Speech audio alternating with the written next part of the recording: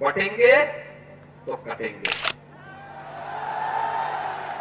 एक रहेंगे तो नेक रहेंगे। तो वर्ष में 100 बार मेरा जन्म हो और कारण सदा ही मृत्यु का, देशोपकारक राष्ट्र से बढ़कर के कुछ नहीं हो सकता, कुछ नहीं हो सकता। और राष्ट्र तब सशक्त होगा जब हम एक रहेंगे, नेक रहेंगे, तभी नेक रहेंगे।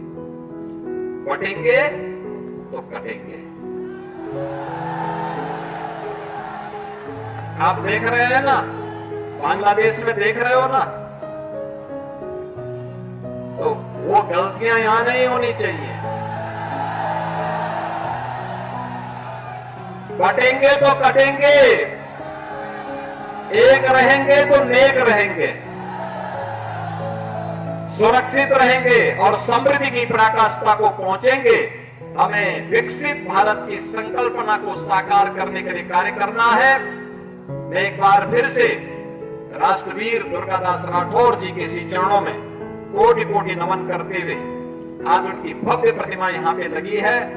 राष्ट्र के प्रति समर्पण और श्रद्धा का भाव जिन्होंने अपने शौर्य और पराक्रम से दिया था, वह श्रद्धा का भाव हमारे मन में सदैव बना रहे। इस विश्वास के साथ आप सबको एक बार फिर से जन्माष्टमी की इस पावन तिथि पर हृदय से बधाई देता हूं। जिस देश में दुर्गादास राठौर जैसे महान वीर पैदा होते हो, उस देश का कोई विदेशी आक्रांता कैसे बालमाका कर सकता है। और भारत की आजादी अगर आई, वापस आई, भारत आजाद हुआ तो ऐसे वीरों के कारणों से, उनके कृतित्व से, उनके शौर्य और पराक्रम से। और शौर्य और पराक्रम जो कभी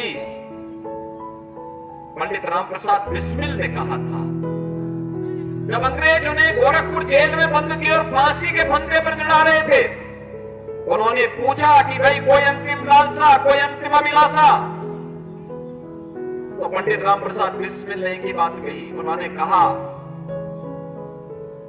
एक ही बात उन्होंने कहा कि इस भारतवर्ष में 100 बार मेरा जन्म हो और कारण सदा ही मृत्यु का, देशोपकारक कर्म हो।